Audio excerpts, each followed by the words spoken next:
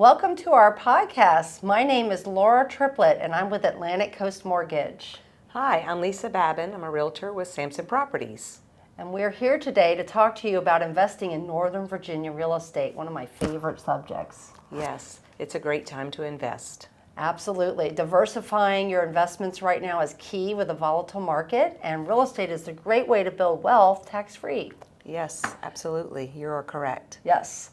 So, Lisa, one of the first ways that you see a buyer begin to invest in real estate, I think when we were talking before the podcast started, was somebody that's owned a home for a little while and now wants to hold on to that and use it as a rental, right? Yes. So tell us about that. That's a great thing to do. If you're able to do that, some buyers obviously are not, but if you're able to do that, you keep that home, you rent it out, and you can continue to do that through the years, and the next thing you know, you have a great real estate portfolio.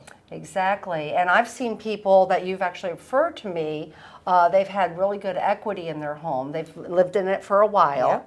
Yeah. And they've accessed some of that equity either through a cash out refinance or a line of credit, an equity line of credit. They've used that for the down payment on their next investment property that you locate for them. Yep. And tell us what makes a good investment property in Northern Virginia? Well, location for sure is one, and it depends what kind of investment property you're doing. If you're looking for a long-term rental, location is not as important, but if you wanted to do a short-term rental, you want to be close to the DC area, the metro area and stuff. Long-term rentals, it kind of depends on where your job is located and what your needs are, right? Not one size fits all for that.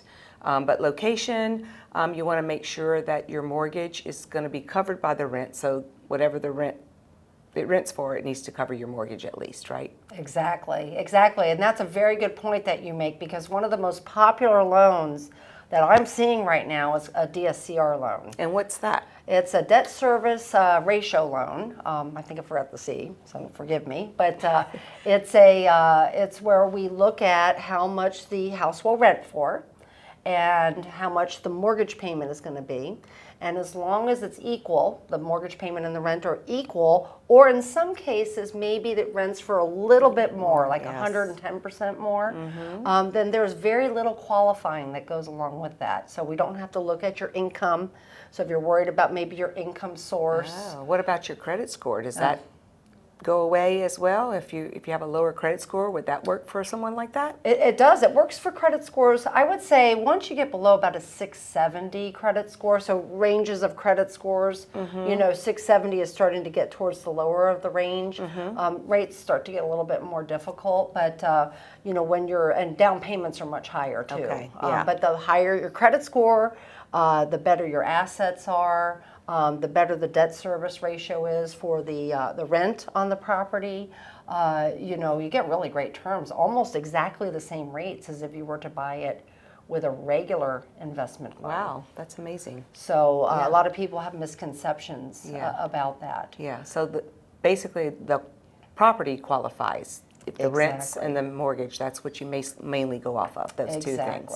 And we can look at online indicators, but nothing replaces a realtor. Yeah. So that's a really important feature when you're buying rental properties. Make sure you use a realtor, especially if you're going to be using one of these types of loans, because we need to make sure you're getting into a situation where you're not having to put more money down than you expected to do. Right, yeah. And that's another thing that we see a lot with these debt service loans. So that's all great points.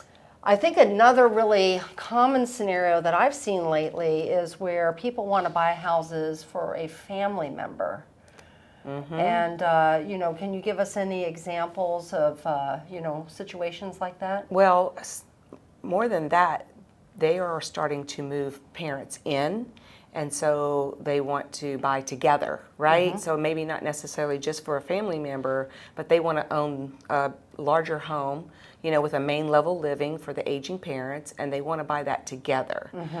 So, that's a little different than just buying it on your own, but, you probably get some of those too, loans with family members combining their income and purchasing a larger home. Exactly. And, especially where maybe the parents are living, in a home that no longer suits their needs. Right. People are wanting to, Yeah. they come to see you, they come to see me. Yeah. They're like, okay, what can we do where we can consolidate our families together? And, then they find out, oh goodness, okay, Yeah. I can't do this by myself. I need It's a lot more somebody. than I thought. I need somebody else to help. So they're combining their incomes together. They're Yes. combining their salaries together. In some cases, they're making agreements. If it doesn't work out, what will happen. Right. Doing agreements like that. So we're seeing more where either both parties are occupying, or in some cases, maybe the parents are just, occupying, and then the kids are co-signing. Right, yes, yes. We're seeing that too. Yes. And then when you have kids that are just getting started, we're seeing parents help out, down payments and things like that. Exactly. And, when you're helping out a family member, what I have noticed is that the reason you're helping a family member is really important. Because if you're the sole support for a family member, say for an elderly parent or a disabled child, there are even some cases where you don't even need to have them act in a capacity of a cosigner. You can do what's called a family opportunity mortgage. Oh, okay. And a lot of people don't know this, but I'll give you a specific example. Okay. I had a restaurant owner that wanted to buy a home for his daughter, and she was not healthy, and he was supporting her, and she had children, and that was why he wanted to buy an investment property. So the reason for buying the investment property, make sure you tell your realtor and your lender the reason. And when he told me this, I said, well, you don't have to put 20% down if you do that.